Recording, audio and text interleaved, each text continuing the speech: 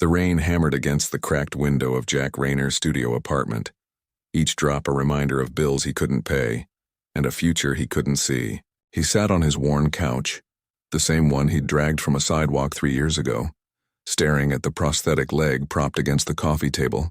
The VA checks barely covered rent in this forgotten corner of Houston, and his job at the warehouse paid just enough to keep the lights on. Mostly. The knock on his door came at exactly 2:47 a.m. Jack knew because he'd been awake, like he was most nights, watching old war movies with the sound off. When he opened the door, he found something impossible. A 7-foot-tall humanoid figure wrapped in shimmering robes that seemed to contain entire galaxies within their folds. Behind the figure, floating in the hallway as if gravity were merely a suggestion, was a cage. Inside that cage was a wolf, but not any wolf Jack had ever seen. Jack Rayner, the figure said, its voice like crystal bells. I am Ambassador Thelkshan, representative of the Corinthian sovereignty. I come bearing a request most unusual. Jack blinked, then blinked again. I'm either having a stroke or the meds are finally kicking in wrong. Neither, I assure you. May I enter? What did a man who'd lost everything have left to lose? Jack stepped aside. The ambassador glided in, the cage following. Jack could see the wolf more clearly now. Its fur was pure white, almost luminescent, with eyes that burned like violet stars. It was larger than any earth wolf, with 6 legs instead of 4, and crystalline formations growing from its spine like a ridge of amethyst. This, the ambassador said, is Sivren. He is a lunarous wolf from the moon of Kelthar Prime, bred in the royal kennels of Prince Zarok himself.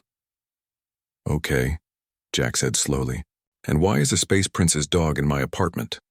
Because, a voice said from the cage, cultured and bitter, I am defective.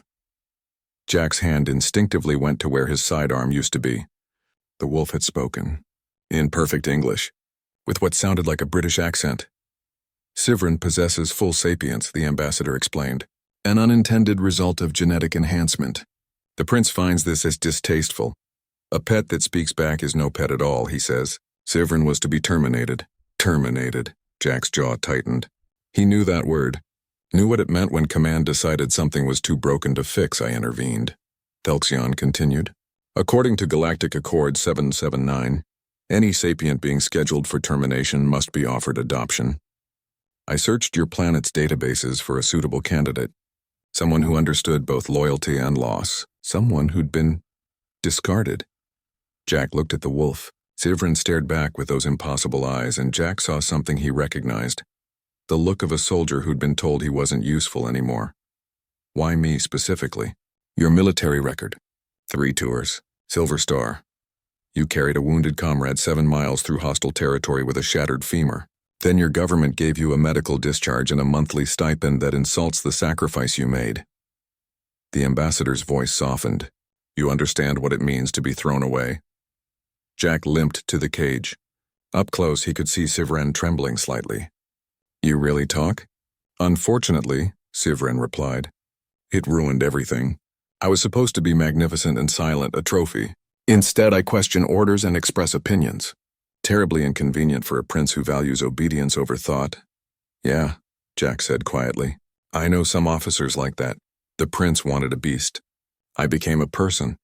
There's no forgiveness for that in his world. Jack understood perfectly. He'd been a weapon once, pointed at enemies and fired on command. Then he'd lost his leg and gained perspective, started questioning the wars and the reasons. Suddenly he wasn't useful anymore.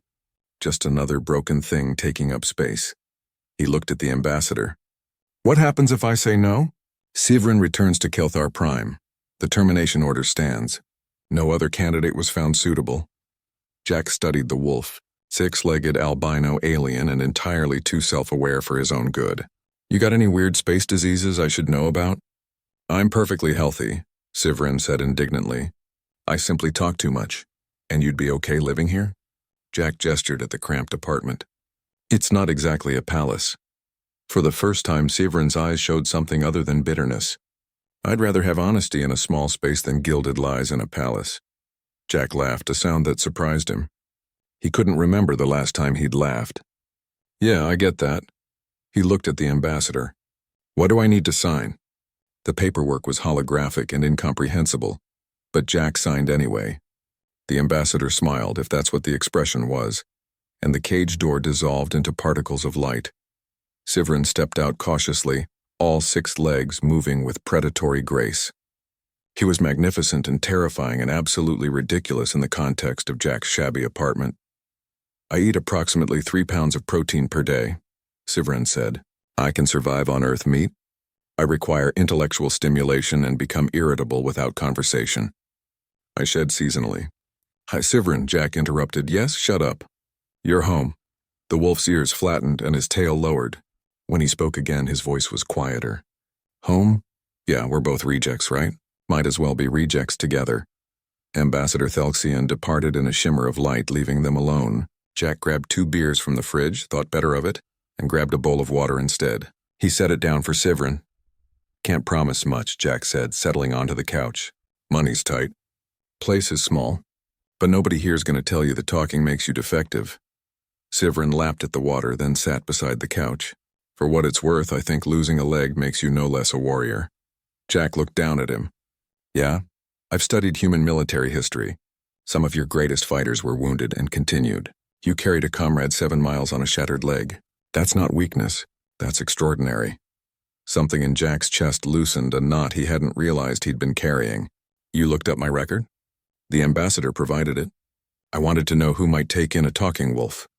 They sat in comfortable silence for a moment, the rain still hammering outside. Finally, Jack said, "You play chess?" "I'm unfamiliar with the game." "Good. I'll teach you. It's all strategy. You'll love it." Sivrin's tail twitched, almost like a wag. "I'd like that." 2 rejects, 1 human and 1 alien, sitting in a rundown apartment at 3 a.m. Not the life either of them had planned. But maybe, just maybe, it was the life they both needed. "Hey, Sivrin." "Yes, Jack?" "Welcome home." "Thank you." The wolf paused. "For what it's worth, I promise to be terribly inconvenient company." Jack grinned. "Good, so will I." Outside, the rain continued to fall.